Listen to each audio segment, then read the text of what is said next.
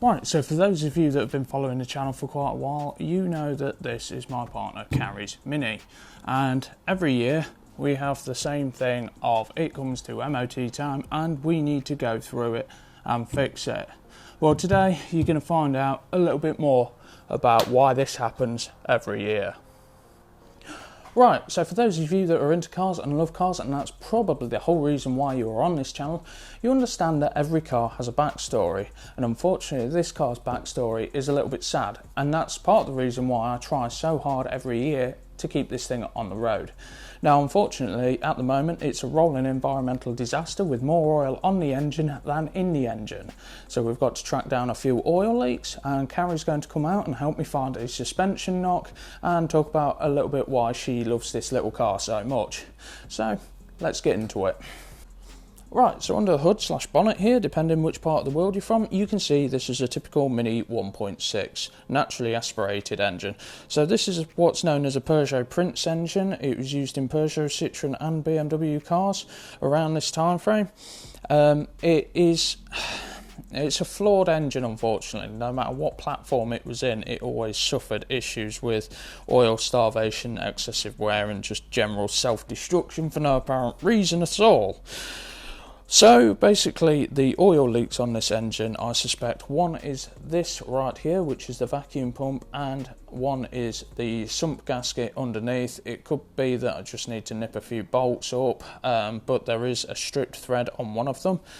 I'm hoping that it's not the oil filter housing gasket that I replaced last year, because that is a whole front end tear down and a nightmare job to do. I did not enjoy that last year.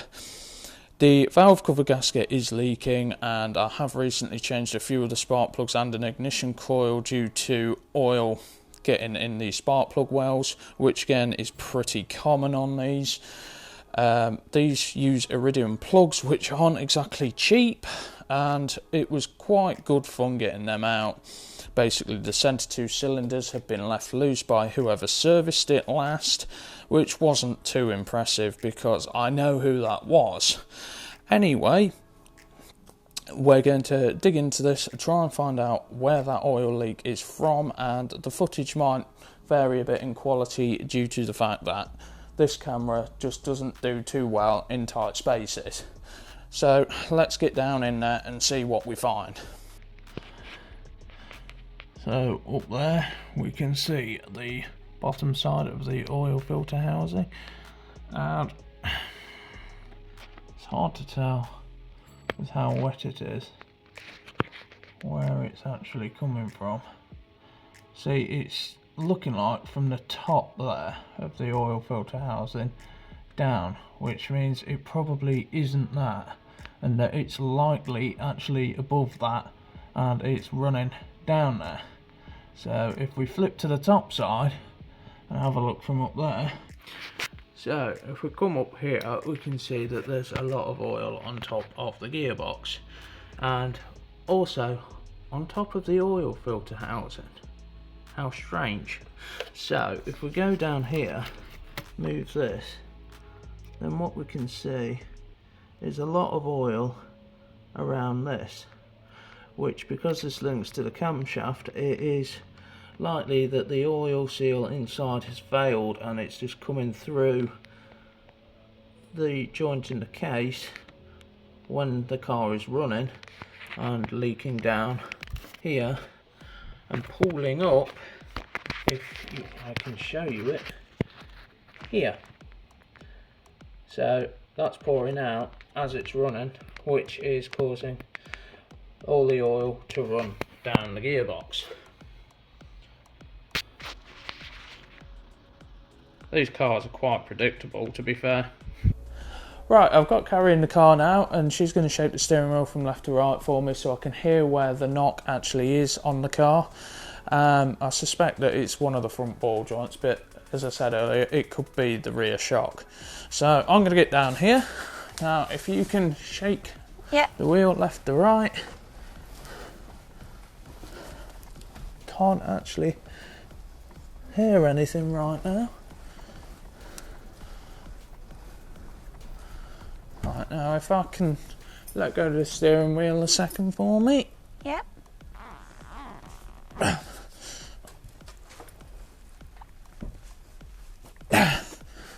having a look.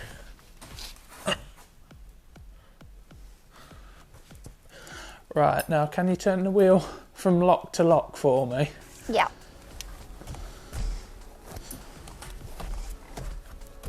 It's quite tough.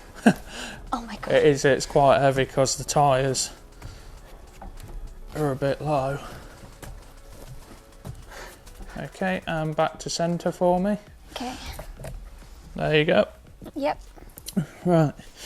So what do you like most about this car then? I like that it's a go-kart and you can yeet round corners and it's perfect for my size. Yeah, so you can have fun in it basically. Yeah, it's like more interesting to look at than normal cars in my opinion. I like the checkered roof. And it's a nice handy size for you as well, Yeah, isn't it? it's perfect for me. Especially when doing the school run, you can just wedge it in the small space that's left. Yeah, yes, because parking has issues for me, like sometimes. Right. Okay, so I don't think it's the front, which is good. So it probably means that it is that rear shock. I replaced the other one last year, didn't I? So yeah. I think it's that gone on this side again. So that's good news. Right, so a little bit about the backstory on this. So if we go back about 7 years, John Carey's dad found this car on Auto Trader, I believe it was. At the time, she had a Peugeot 306 Meridian. It was 1.4, and I ended up doing the head gasket on it. The clutch was like driving a tractor, to be honest.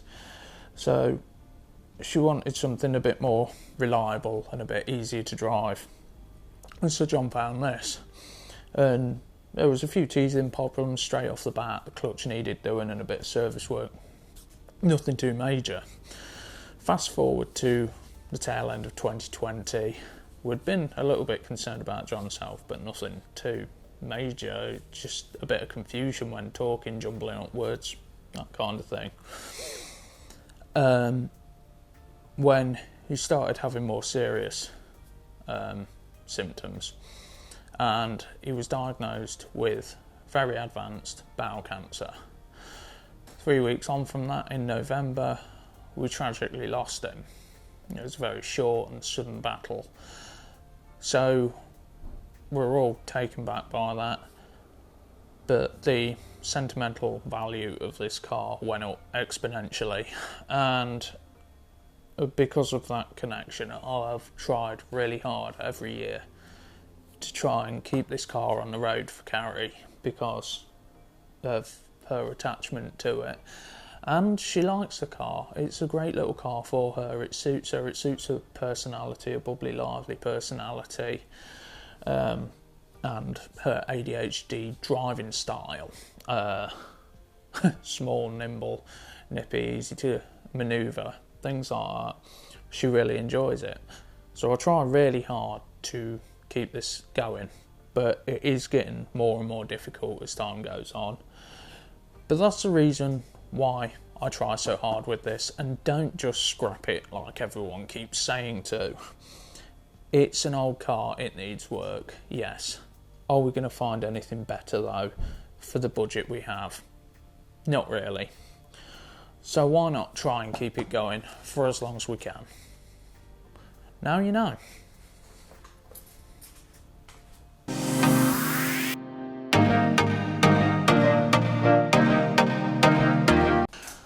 Right, so under the hood here we can see that my brain stops working.